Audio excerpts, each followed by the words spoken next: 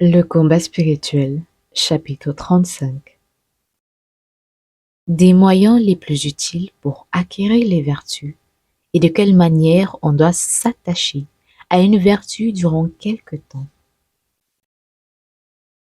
J'ajoute à ce que je viens de dire que, pour devenir solidement vertueux, il faut avoir un cœur grand, une volonté ferme et généreuse, parce qu'il se trouve dans la suite bien des contradictions et des peines à essuyer. Il faut de plus ressentir une inclination particulière pour la vertu. Et cette inclination s'acquiert en considérant souvent combien les vertus plaisent à Dieu, combien elles sont excellentes en elles-mêmes, combien elles sont utiles et nécessaires à l'homme, et que c'est par elles que toute la perfection chrétienne commence et finit. Il importe extrêmement de prendre tous les matins une ferme résolution de les pratiquer selon qu'on en trouvera l'occasion durant le jour. Et l'on s'examinera souvent pour voir si l'on a exécuté ces bonnes résolutions et pour en former de nouvelles plus efficaces et plus constantes que les premières. Ce que je dis doit s'observer particulièrement à l'égard de la vertu qu'on tâche alors d'obtenir et dont on croit avoir le plus besoin.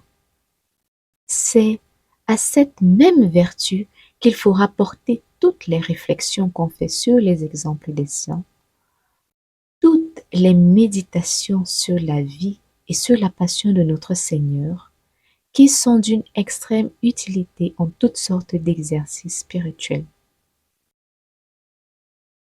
Accoutumons-nous tellement à faire des actes de vertu, soit intérieurs, soit extérieurs, que nous y trouvions autant de facilité et de plaisir que nous en avions auparavant à suivre notre penchant naturel.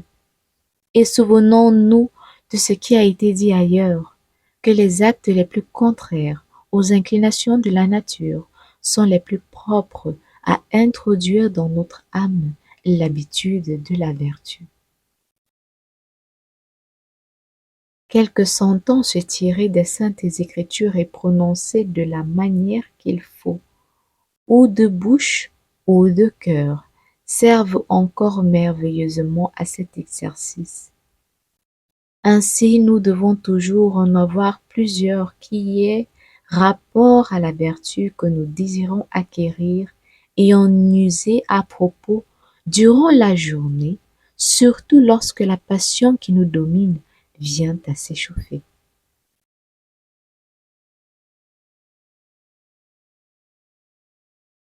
Ceux donc qui travaillent à devenir doux et patients peuvent se servir des paroles suivantes ou d'autres semblables. Supportez patiemment la colère d'un Dieu qui vient pour vous pour punir vos crimes. Baruch 4, verset 25. La patience des pauvres ne sera pas privée pour jamais du bien qu'elle espère. Psaume 9, verset 19.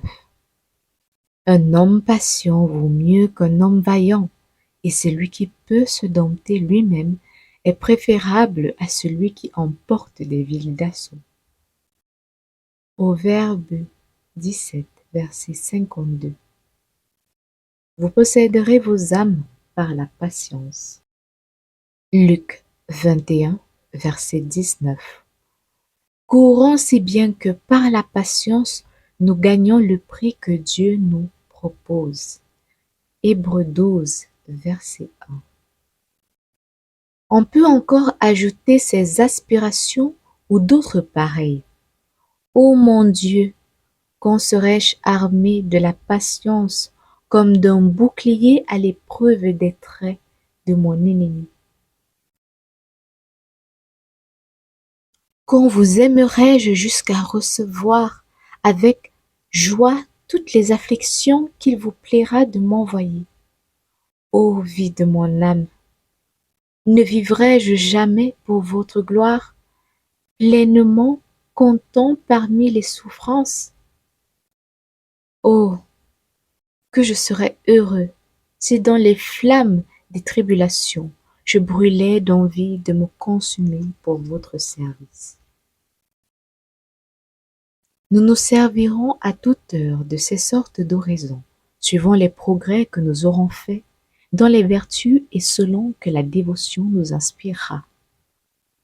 On les nomme jaculatoires parce que ce sont comme des traits enflammés que nous lançons vers le ciel, qui ont la vertu d'y élever notre cœur et qui percent celui de Dieu quand ils sont accompagnés de deux choses qui leur servent d'aile. L'une est la connaissance certaine du plaisir que Dieu prend à nous voir dans l'exercice des vertus. L'autre est un désir ardent de faire des progrès dans le bien par le seul motif de plaire à la majesté divine.